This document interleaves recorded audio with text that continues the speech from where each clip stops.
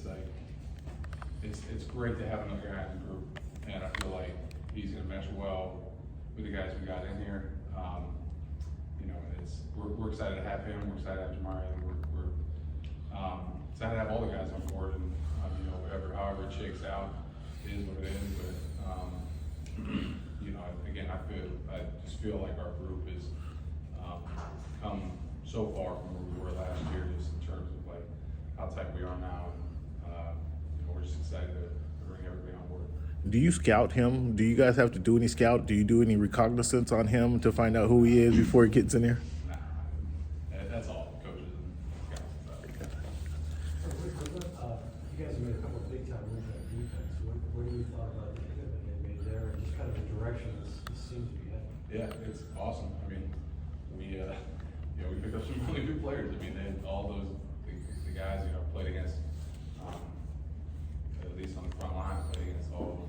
You know, it was awesome to see. I mean, those guys are all great players, and I mean, I can't really speak to, you know, JC Jackson at all. I don't really know anything about the back end game, but they, the front line, I mean, it's those three guys we picked up are phenomenal players, and we're gonna help the team a lot. You played against Sebastian before, right? What makes him so tough to block, particularly in the run game? Yeah, I think I played him in the playoffs in 2020, and it was kind of surprising when I was watching the film. And he's kind of like I guess not a household name, or wasn't back then. But I kept watching film of him, and it was like he kept, you know, popping out, and I was like, man, I haven't really heard of this guy yet. And we hadn't played the Rams in a few years. So, you know, I started watching more and more film, and I was like, man, this guy's a good player. Like, he's taking it to everybody. He's really patient. He has a great center of gravity, great balance, and he's strong. I mean, he's real strong. He's everything you want in a nose guard, and you know, I was happy to see we picked him up for sure. You went up against Kawhi a couple times a year in that division. Yeah. What is it about him that maybe with the matchups and everything creates problems, especially and elevates the defensive line as a whole? Yeah, I think just obviously having him and Joey on the edge, that's great. You know, I don't think anybody wouldn't take that, right? And so, and I think the thing about both of them is that they can do it all. It's not like they're like, I mean, I guess you can call them pass rush specialists, but it's not like they're coming on the field on third down just for third down. You know what I mean? Like they're great football players. Like they play great in the run, they play great in the pass, they're great at diagnosing stuff. There's really not a whole lot of weakness to either of their game, and just being able to have those two complete football players on the edge, I mean, that's huge for us. And obviously playing against Mac was not happy when we got traded to the Bears, and so that was not, you know, what we wanted at the Packers. But you know, that just kind of speaks to the type of player he is, and you know, it's extremely excited to have him on our side. When we talked to Bryant after the Zion pick, he said sort of the vision was having, you know, a really stout interior of the line. Obviously, you and Matt from last year, and adding Zion to that. Having three guys in there that, you know, capable of pass protection, run blocking. What does that do for an offense, having that kind of, you know, solidified center of the offensive line? Yeah, I think that again, it's like the more I heard one time, you know, you got to build from the ball out, right? I mean, you know, there's truth to that. There's truth to that we're saying, but I think it helps us out somewhat. Just from the O-line, you know, when we can work together, it really is. We got the pieces now. I mean, I felt like we did a pretty good job last year, but there's a lot of room for improvement. My game, everybody's game, and I feel like we're being able to take that next step this year. You know, solidifying our O-line. Like now we know each other's calls. We know what we're talking about. We can read each other's minds, and moving forward. And Zion's obviously going to be a huge part of that. And getting them in here and working from day one, it's going to be great. And I feel like the more we can put in, the more time we can put in, talking on the field, off the field, you know, it's just going to make the football team better.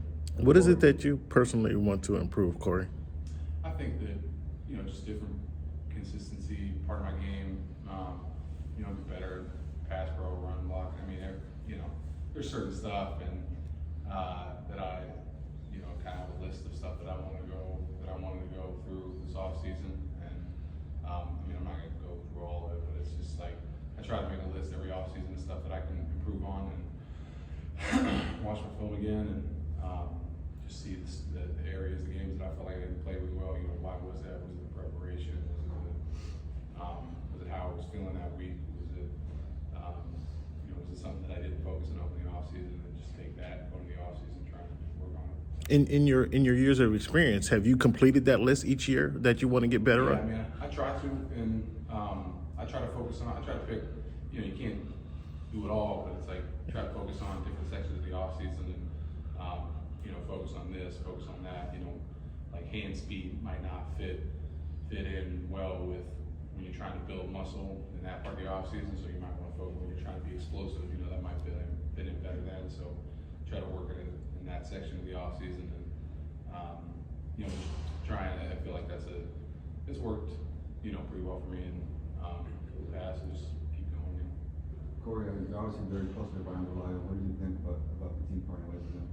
Yeah, it's tough. It's tough to see Brian go. Obviously, talk to him and stuff, and gonna miss him. I've been playing with him for a long time, and there's really only 1 year where I wasn't playing with him in the NFL, so it sucks. It's part of the business, part of the game, I guess. But he's had a hell of a run thus far, and hopefully if he wants to, latch on with the team. If he doesn't, get a hell of a career.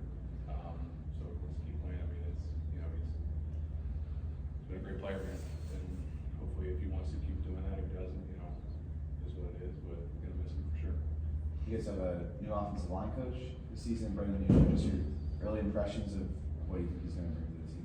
Yeah, he seems like a really good dude. Seems like knowledgeable, in the meeting room and stuff. And just talking to him a little bit. I've only had one meeting today with him, and but I've been texting with him every now and then. And he's part of the equation too. Shawn Surratt's back, so he's we already know Shawn, but dude's just part of the equation where we got to get to know him. He's got to know us. How we communicate, how we learn, and figure out the best way to coach us, and obviously us receive his coaching, and learn from what he can bring to our game. Tough to see Frank go. I know you got a great opportunity, but I was pissed, because I love Frank, obviously. I felt like we he led a great room last year. I'm sure News will do the same and come in here and he comes from the Saints and great background. Obviously, they had a great goal line for a number of years and they still do. And so it's not that he's unfamiliar to great line play. So, Frank had an awesome opportunity, and I'm sure he'll be very successful down in Miami. But wasn't thrilled. But he can't be. That's just me being salty. So, I was happy to see him take the next step in his career. For a guy like you, though, what's it like now? Because you had a constant with Camden for so many years. Mm-hmm. This is what, your 4th different O-line coach now in 5 years? I think that matters. Yeah, that's great. I didn't realize that. Honestly, they 2-1. Yeah. I've been so fortunate because, I feel like, especially for a young player, you come into the league and you really, no matter how gifted you are or how well you adapt, there's still that, relationship that you got to build with your coach, and your production on the field isn't directly correlated with your coach, but it's there's a large amount of your game that you can improve if you have a great coach, and I've been so fortunate to have 4 great coaches, well 3 thus far. I'm sure News will be a great coach as well, but I don't know when we haven't gone through the season or anything, but I have been really fortunate to go from Campy to Steno. Stenovich was phenomenal. There was no transition, man. It was just straight from great coach to great coach. Obviously, I had Frank last year, and I feel like that's a huge part of the reason why I've made it to year 9 and hopefully keep going. That's one area in my career I feel very fortunate about. Always have coaches that care about the player 100%. Like, never had a coach that didn't care about the player, and also was just extremely knowledgeable about the game. I guess, is it easier as a veteran to now have maybe that instead of coming into the league where? Yeah, probably. I would say it's probably easier, just because you've been through it. But then again, if I was a young guy in the league and I didn't get along with my coach, or like, you know, he thought less of me or something, then, or he didn't care about me, then maybe it would be, you know, as a vet, like I wouldn't be here. You know what I mean? So it's, but yeah, in my situation, yeah, it probably is a little bit easier to transition. But yeah, all in all, I mean, Nuge seems like a hell of a dude. You know, excited to get to work with him. How beneficial will it be just having Shawn in the room, knows you guys from last year, you spent a lot of time together, just in terms of making that transition? Yeah, it's awesome. Shawn's awesome. And again, the whole dynamic last year, him, Frank, and the whole room, I mean, we felt like we had a great thing going. You know, we made a lot of improvement throughout the season, and you know, we still have a lot of room to build, but Shawn can aid in that. You know, maybe this is how, you know, maybe Nuge sees something on film, and Shawn's like, oh yeah, in practice, you know, he did this, and Nuge is like, okay, that's what we can work on. You know, in practice, he has a tendency to do, you know, I don't know, drop his inside foot or something, and you know, it shows up on film. Now they can correct it in this portion of practice, you know what I mean? So it's just little stuff like that, but yeah, it's huge having Shawn back. And obviously he's awesome, from West Virginia, so he's a West Virginia guy. He West by guy, Virginia, and so we're, you know, he brings a lot of personality to the room too, for sure. Last season was obviously a lot of change for you, leaving Green Bay, coming out to LA, just having this off season where you're here, you know you're going to be here, you don't have to move, you don't have to find new house, all that stuff. Like how nice is that? Yeah, it's been a lot. It's been great, and again, like, you know, saying I've been real fortunate to have great coaches. You know, whether it's the head coach McCarthy to Florida, Cam Buford, and there was like that huge unknown coming out here. You know, how's Coach Staley going to be? How's Frank going to be?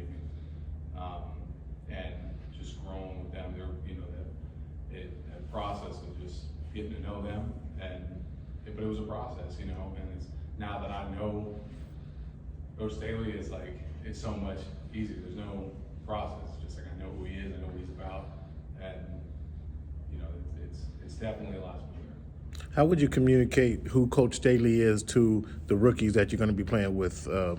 Zion, number one, being. Yeah. I think that he's the best thing about Coach Staley, in my opinion, is just like that's like I feel like maybe it's just the media perspective or whatever, but like he's just no BS. You know, he's just an authentic, like honest person. You know, it's different because I don't play on the defensive side of the ball, so I don't really get coached by him a lot.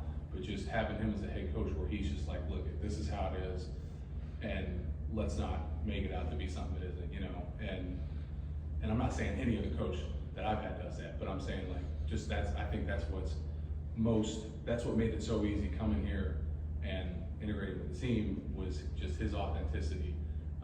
Not trying to be somebody who isn't. Great family guy, and you know that makes like you don't have to. There's not like some game being played. You know, I feel like the media and stuff. It's just, you know, sometimes it just people get weird. You know, and that's not Coach Staley. I feel like that's what makes the great coaches great. Is they just, you know, they're authentic. Ball's ball. Don't try to make it what it isn't. And you know, practice what you preach to, for sure. And that's, I think he's A1 on all that. Having a full off season here and coming off your Man of the Year nomination, just how much were you and Anna able to build up CASA in the area here for the past couple months? You know what? Because we went back to Ohio, so we, you know, we've been in touch with them for sure.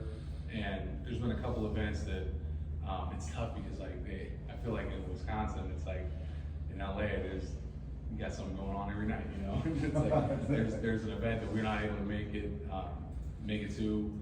We're trying to find something to build on, but obviously we're going to continue the work we did last year and do the same stuff. But you know, again, we're looking to build upon that just any way that we can, for sure. Any trips to the NBR while you were on? What's up? Any trips to the NBR while you were on? No, I didn't get back to Youngstown. I'm going in the summer. Okay. It's tough with 2 kids, man.